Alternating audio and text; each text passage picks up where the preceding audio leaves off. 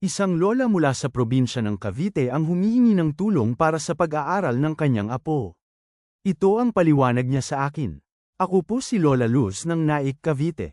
Isa akong Igorot mula sa probinsya ng Montañosa. Dahil sa kahirapan ay maaga akong nakipagsapalaran sa buhay hanggang mapadpad ako sa Maynila noong dekada 80. Doon ko nakilala si Angel, isang Caviteño, na siyang aking naging asawa. Mula nang kinasal kami ay dito na kami tumira sa Cavite at bumuo ng pamilya. Mahirap lang ang buhay namin at sa kasawiang palad ay namatay ang aking asawa 3 taon na ang nakalipas, kaya isa na akong byuda, at PWD o person with disability, dahil sa isang aksidente na nangyari last year. Pero hindi ang kalagayan ko ang inilalapit ko sa inyo, sir. Nung nalaman ko na isa din pala kayong Igorot na katulad ko ay di ako nagdalawang isip na humingi ng tulong para sa pag-aaral ng aking apo dahil nanganganib na mainto siya sa kaniyang pag-aaral. Siya si Gian Duane o mas kilala sa palayaw na JD.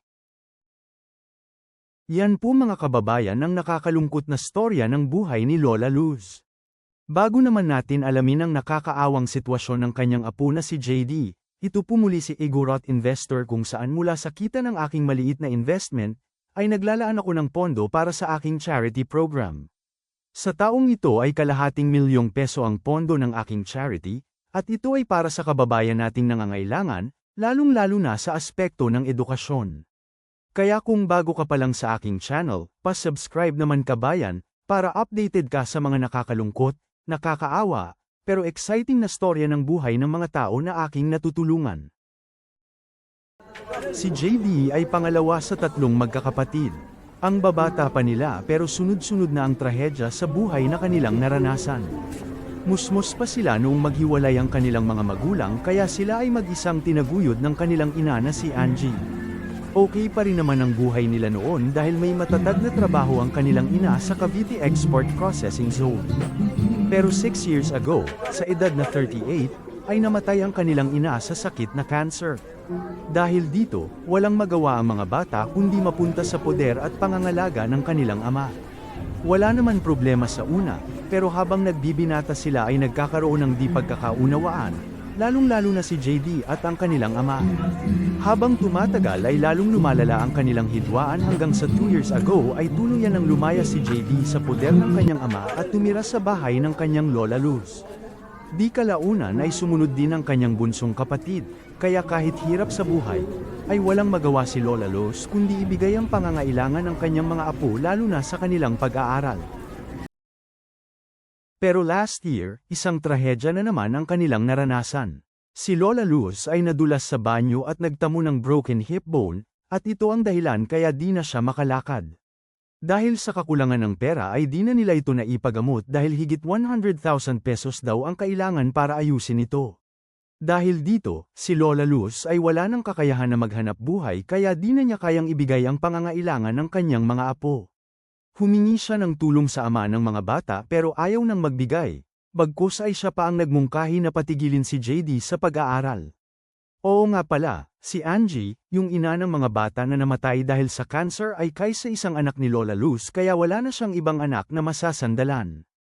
Pero sabi nga ni Lola Luz, sayang kung titigil si JD sa pag-aaral dahil 4 na buwan na lang at gagraduate na siya ng senior high dahil grade 12 siya ngayon. Ito ang dahilan kung bakit siya humingi ng tulong sa akin, dagdag pa niya na matalino si JD. Sa katunayan daw ay 94 ang average niya sa katatapos na 2nd grading. Well, mga kababayan, kung kayo ang nasa aking lugar, gusto nyo bang tulungan si JD? Alam ko marami ang naglalaro sa inyong isip, kagaya ng baka matigas ang kanyang ulo kaya di niya makasundo ang kanyang ama. Pero tama rin ba bilang isang ama na hindi mo tulungan ang inyong anak, o ipatigil sa pag-aaral bilang parusa sa pagsuway sa iyo?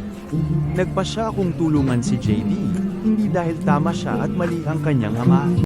Tulungan ko siya dahil ayon sa Proverbs chapter 13 verse 27, "Do not withhold good from those to whom it is due, when it is in your capacity to act."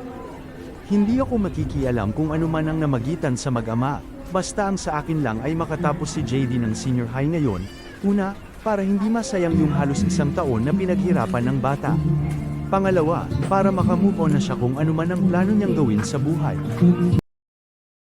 At yan po mga kababayan ang nakakalungkot na storya ng buhay ng pamilyang ito. Si JB ang aking number 4 sa listahan ng aking mga scholar at meron pang isa na naka-reserve para sa darating na pasukan. Sana ay ito na ang umpisa ng magagandang kapalaran sa pamilya ni Lola. Salamat sa panunood at mabuhay tayong lahat. Adios.